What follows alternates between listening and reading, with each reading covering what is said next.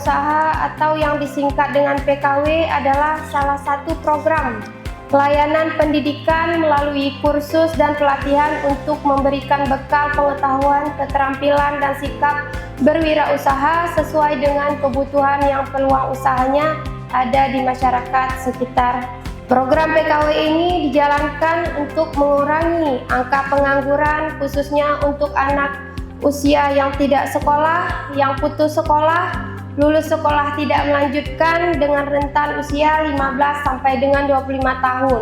Dekranasda Kabupaten Aceh Barat terus berkomitmen untuk membina pengrajin, meningkatkan kapasitas, memfasilitasi akses pasar dan permodalan, serta mendorong pemanfaatan digitalisasi dalam usaha kerajinan dalam meningkatkan dan memanfaatkan peluang yang ada dalam meningkatkan perekonomian keluarga dan masyarakat.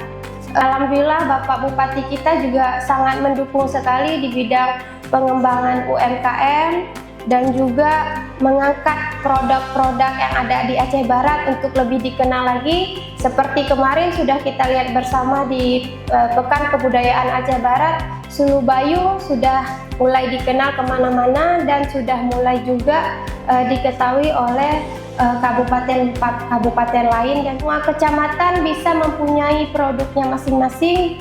Kalau bisa lagi one village one product, satu desa satu produk unggulan. Jadi kita harus punya, masing-masing desa punya produk unggulan.